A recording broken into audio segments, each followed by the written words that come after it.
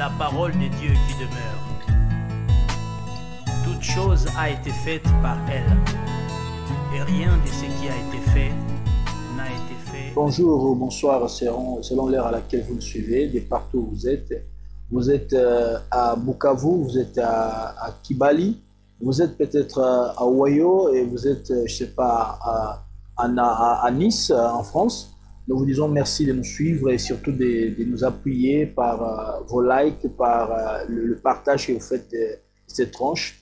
Et c'est bel et bien le temps de l'Éternel, notre tranche, votre tranche, le moment agréable pour nous de partager la parole de Dieu. Avant que nous n'avancions, nous allons prendre le temps de prier. Yahweh Dieu Tout-Puissant, que ton nom soit glorifié. Merci pour cet instant. Regarde que nous nous sommes donnés pour que nous soyons là en ce moment précis afin de partager ta parole. Laisse que cette parole nous accorde encore la vie en abondance et surtout qu'elle nous prépare pour le royaume des cieux et que pour que nous puissions vivre les centiples ici-bas, selon ta volonté, au nom de Jésus-Christ. Amen.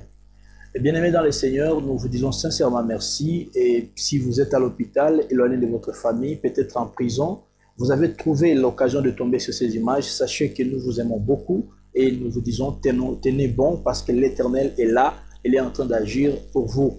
Et nous continuons toujours avec le même thème que nous continuons avec il y a de cela plusieurs semaines déjà. La réalité n'est pas toujours la vérité. Et l'objectif étant de vous amener à chaque fois devant un fait, devant une circonstance, d'employer des approches différentes, c'est-à-dire l'approche purement humaine à partir d'une réalité et l'approche purement spirituelle qui est de vérifier ce que dit la parole de Dieu par rapport à une situation donnée. J'ai donné l'exemple en disant par exemple, un docteur, un médecin peut vous dire que votre situation est grave, c'est incurable, mais nous connaissons que par le meurtrissure de Jésus-Christ, nous avons la guérison. Nous avons essayé de donner la vérité sur plusieurs choses, notamment la vérité entre l'Église de Dieu et la religion. Et nous étions dernièrement en train de parler de la vérité sur la bénédiction, où nous avons démontré, disant que la vérité ne doit pas être considérée comme du matériel, des choses qui satisfont simplement la chair, mais la bénédiction doit être comprise comme étant une puissance émanant de Dieu, mais qui nous permet d'acquérir tout ce dont nous avons besoin conformément à la volonté de Dieu. Et la référence était Proverbe chapitre 10, verset 22, où la Bible dit « C'est la bénédiction de l'Éternel qui enrichit et il ne la fait suivre d'aucun chagrin. » Si c'est la bénédiction qui enrichit, ça veut dire la richesse n'est pas forcément la bénédiction. Et nous avons donné tant d'exemples montrant même que nous pouvons tous être prospères, c'est-à-dire avancer dans un domaine donné, mais nous ne sommes pas tous bénis. Et nous avons dit qu'il y a plusieurs choses que nous exerçons, nous vivons cela comme des signes de bénédiction, mais tout signe qui semble être une bénédiction n'est pas forcément une bénédiction. Et j'avais dit, on nous dit à l'église, il faut donner, il faut offrir, et ainsi de suite. Mais j'ai dit, la principale voie par laquelle nous pouvons être bénis, c'est simplement de servir Dieu. Et contenu dans Exode 23, verset 25, et nous avons dit, servir Dieu ne veut pas dire être bishop, être un enseignant de la parole comme je le fais, être un bon chantre. Non, servir Dieu signifie en premier lieu obéir à Dieu. 1 Samuel chapitre 15, verset 22, où la Bible dit, l'obéissance vaut mieux que les holocaustes. Encore une fois de plus, bienvenue sur cette tranche, le temps de l'Éternel. Aujourd'hui, nous allons rester toujours dans ces mêmes points, la vérité sur la bénédiction. Je terminais la tranche passée en disant que la bénédiction doit être considérée comme une sémence.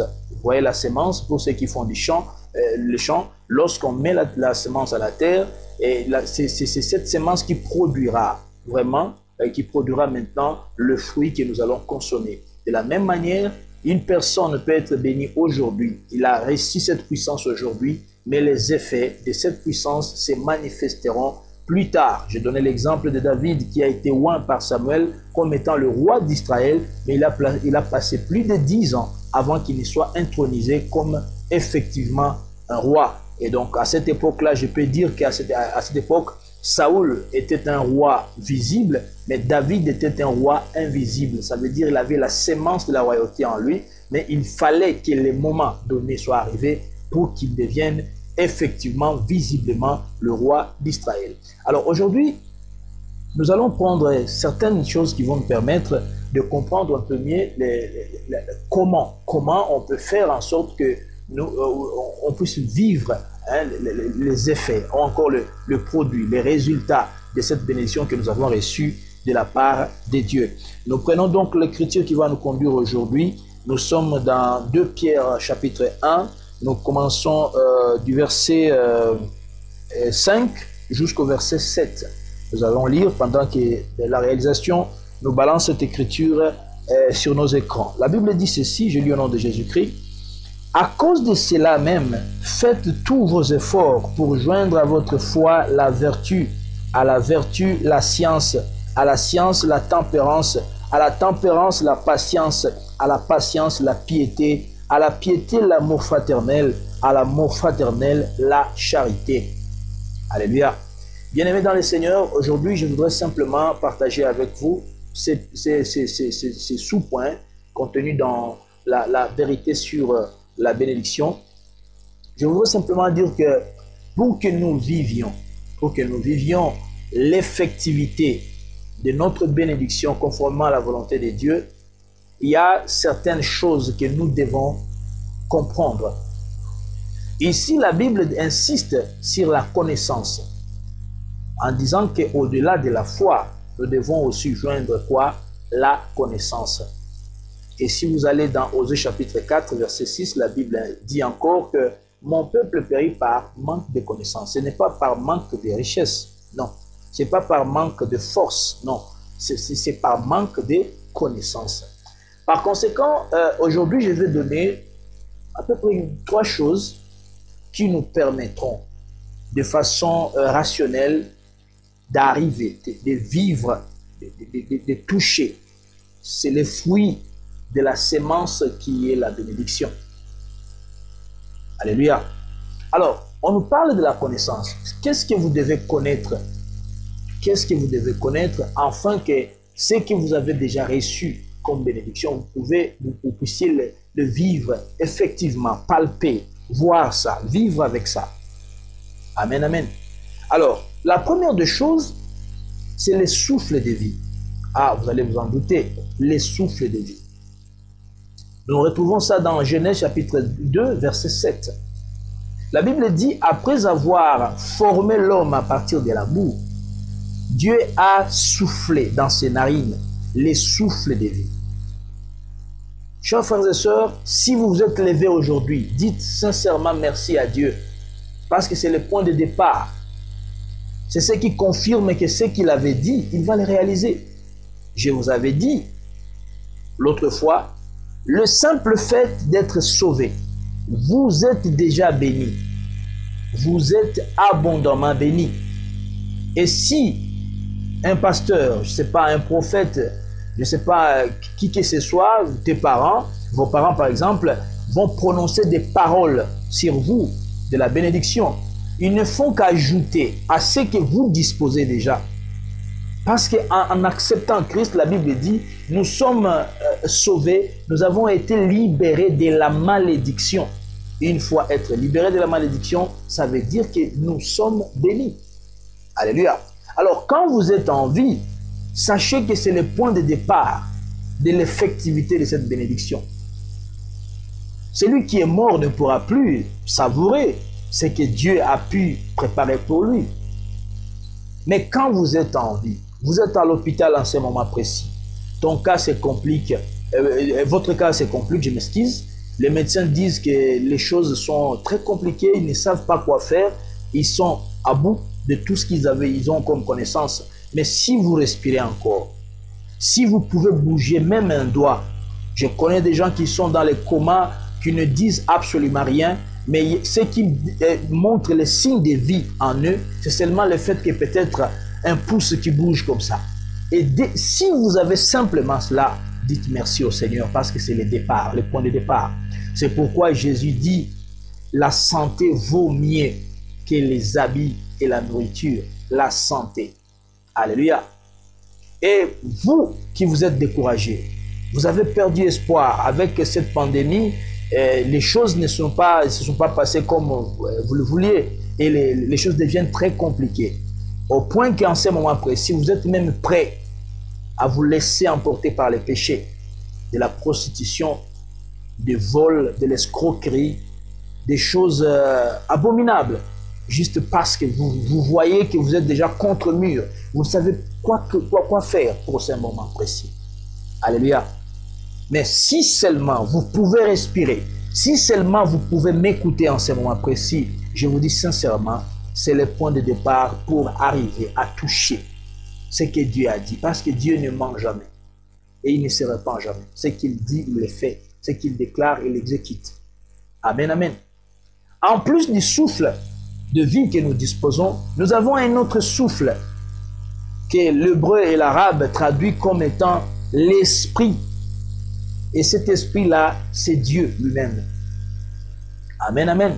C'est pourquoi Christ, sachant que, au-delà du fait que nous sommes vivants physiquement, nous avons besoin du Saint-Esprit. Oui, mon frère, ma soeur. La présence du Saint-Esprit en nous, c'est les guides même.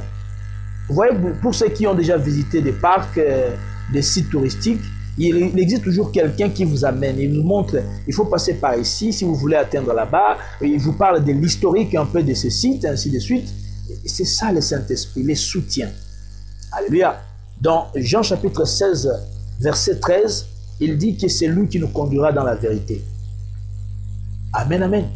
Alors, l'important, mon frère, ma soeur, ce n'est pas simplement de recevoir cette puissance de bénédiction. Mais encore faut-il qu'il y ait Dieu lui-même qui puisse te montrer ce que tu feras de cette bénédiction. Oui, c'est important. C'est pourquoi Moïse dit, Seigneur, si tu ne marches pas devant nous, nous ne savons pas là où nous allons. Chers frères et sœurs, quand vous demandez à Dieu, quand vous attendez de vivre les effets de la bénédiction, parce que ayez la foi, si un pasteur, si un intercesseur, je ne sais pas, un serviteur de Dieu, une servante de Dieu, a prié pour vous, avec la foi que vous avez, cette puissance quitte le trône de Dieu et s'implante en vous. Et cette puissance produira des fruits au temps indiqué. Seulement, il existe un soutien qui s'appelle Saint-Esprit qui va t'amener à bon port, à la bonne destination, qui va t'indiquer les chemins à prendre. Il sera pour toi comme un parchemin. Il te montrera ce que tu dois faire pour vivre ce qui a été promis par Dieu, ce qui a été déjà fait par Dieu. Alléluia. Faute de temps, nous sommes obligés de nous arrêter là-bas, mais j'insiste sur le fait que le premier point, pour vivre une bénédiction, pendant que nous sommes sous soleil, vous avez besoin du souffle de vie que vous avez maintenant, parce que vous me suivez. Vous avez besoin du Saint-Esprit, le Saint-Esprit qui vous conduira. Lui qui connaît les secrets de cette bénédiction. Lui qui connaît comment ce que tu dois faire pour vivre pleinement cette bénédiction. Lui qui te conduira dans la vérité. Chers frères et sœurs, merci beaucoup de nous avoir suivis. C'était le temps de l'Éternel. Nous sommes toujours dans ce grand thème, la réalité n'est pas toujours la vérité. Et nous étions en train de développer aujourd'hui la vérité sur la bénédiction. Et j'étais en train de développer un petit sous-point qui dit simplement ceci. Il existe des choses qui nous permettent de vivre pleinement la bénédiction. Et parmi ces choses, le premier, nous avons cité le souffle de vie, le fait que vous soyez capable de m'écouter, de parler, de bouger même un doigt, c'est une garantie qui doit nous rassurer de vivre pleinement cette bénédiction. Et en second lieu, je parlais du Saint-Esprit, incontournable, un passage obligé pour vivre des extras que vous n'avez jamais vus, que vous n'avez jamais entendus. C'est lui qui connaît les chemins. C'est lui qui connaît ce que vous devez faire pour vivre pleinement votre bénédiction. Merci beaucoup de nous avoir suivis. C'était le temps de l'Éternel. À la présentation, c'est moi, votre frère Kakagad. Et la réalisation est tenue toujours par notre frère Don Duverage. Aujourd'hui, nous avons utilisé les efforts d'une grande équipe. La lumière tenue à la fois par l'évangéliste Fiston et notre frère Roger Malimingi. Et nous vous disons, continuons à prier pour tous ceux qui souffrent plus que nous. Et Toutes les femmes qui sont tombées enceintes pendant le confinement, je vous en prie de ne pas avorter. Et continuons toujours à appuyer cette œuvre par différents moyens pour que les conditions s'améliorent davantage. Nous vous aimons beaucoup et nous vous fixons rendez-vous très prochainement. Soyez abondamment bénis. Ciao. C'est la parole de Dieu qui demeure. Toute chose a été faite par elle. Et rien de ce qui a été fait n'a été fait sans elle. Le monde que je vois